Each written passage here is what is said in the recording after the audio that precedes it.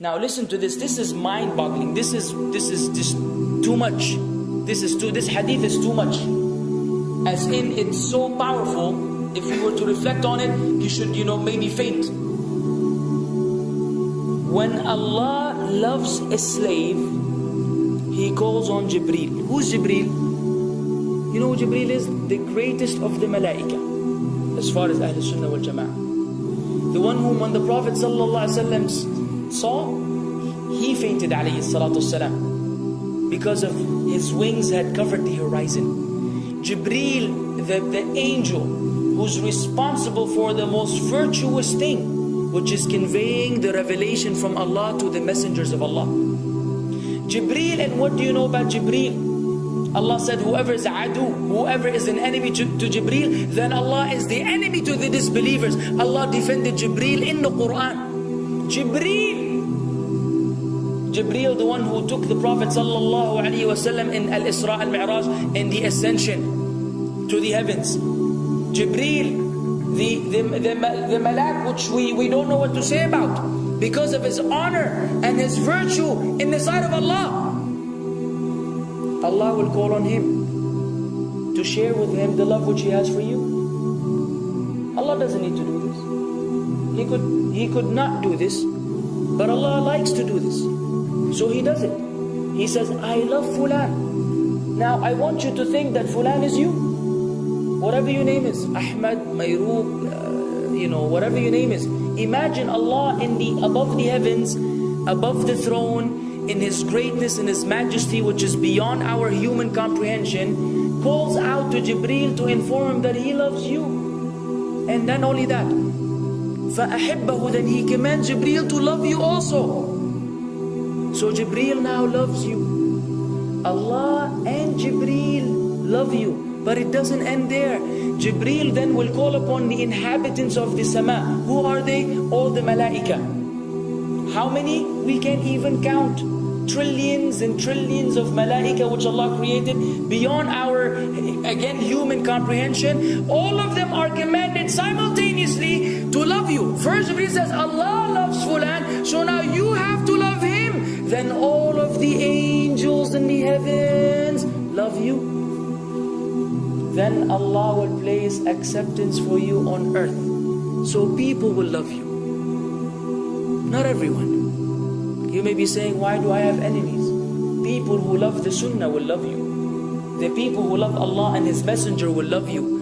The people who are upon the correct aqeedah and methodology will love you. Other people may hate you because of a problem in them, not because of a problem in you. Because you may say, well, this fasiq, this evil, disobedient person doesn't love me. Don't expect him to love you. He loves people like himself. Who will love you? Righteous people. Righteous people. They don't know why. They don't even know why. You've never even given them $1 or a riyal or a pound. You've never done anything for them. Maybe you scream at them. Maybe you do other things. It's Allah. Why? Because Allah had loved you first, then Jibreel had loved you first, then the malaika loved you afterwards, then Allah put acceptance for you on earth, so people have no choice but to love you. We ask Allah to make us among them. Now what better than that? What else do you want? What else do you want? What? If you're a person whom Allah loves, in every movement you go, you do, you stray, you sleep, whatever you do, you are among those whom Allah loves and Jibreel loves and the angel loves. What else do you want, ya akhi? You're guaranteed success in this life and in the life to come. Guaranteed. No way Allah will punish you. No way. No way Allah will punish someone whom He loves. But the hadith doesn't stop. The hadith has a very saddening continuation, which we should seek refuge with Allah from. وَإِذَا أَبْغَضَ عَبْدًا, and if Allah hates a slave, He also calls on Jibreel. And He informs Jibreel that He hates this person. So He will command Jibreel to hate this person. Then Jibreel will tell the angels to hate this person. Then Allah will put hatred for him on earth. La ilaha illallah. Imagine you walking upon the planet, the face of the earth which Allah created, while Allah hates you, and the angels hate you, and Jibreel hate you, and the righteous people hate you. What a sad state for a human being. And ikhwan, we could be one of those as well. If you are prideful, arrogant, you are qualified for this hatred, because Allah does not love kulla mutakabbirin jabbar. Allah does not love the arrogant, the prideful. If you go against the sunnah, then Allah does not love those who go against the sunnah. If you don't observe taqwa, and you don't observe ihsan, and you don't observe tawbah and tatahur, then again we are disqualified. If you, many things which we can mention, many things which will bring about Allah's hatred and deprive us of Allah's love. It's a very sensitive situation, meaning right now, you have to be one of these two. Either Allah loves you or He doesn't. But there's always good news even for those people whom we can be amongst. It's not too late because you're alive.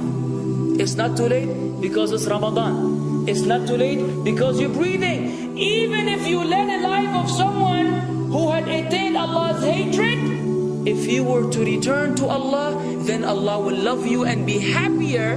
He will be so happy with your tawbah than a man who lost his mount in the desert. Upon it was his food and his drink, and then he waited under a tree for death, and all of a sudden he opened his eyes and he sees his camel or his horse or whatever that was right in front of him, and he gets so happy. He said, Allahumma anta abdi wa ana rabbuka. Oh Allah, you are my slave and I am your Lord.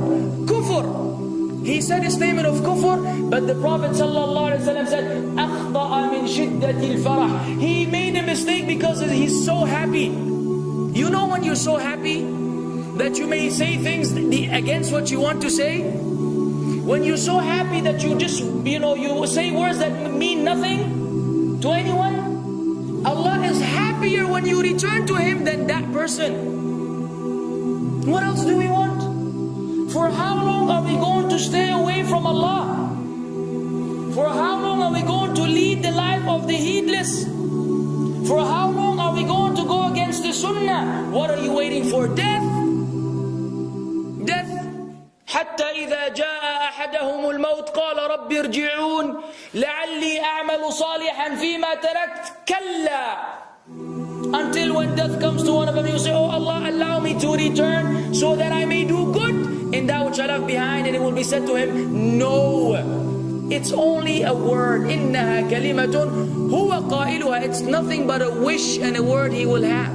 It will not be fulfilled. Let us not wait for death, ya akhwan. If each one of us here, by Allah, if each one of us here acted upon the sunnah, lived according to the sunnah, and invited people to the sunnah, and enjoyed what is good, and forbade what is evil, wallah, we will make a major change in the city in which we live.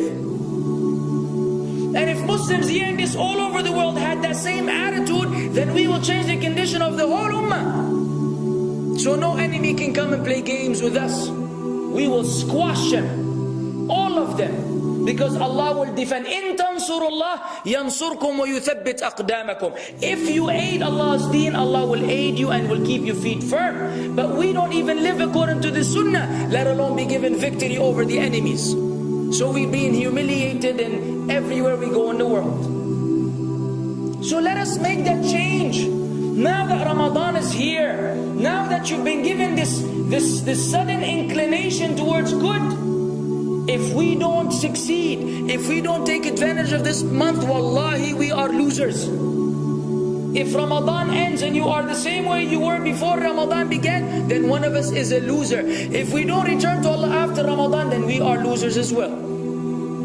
So tonight, bi'idhnillah, always on our mind, attaining Allah's love, acquiring Allah's love, fetching for the sunnah, and acting upon it whenever we're able to do so.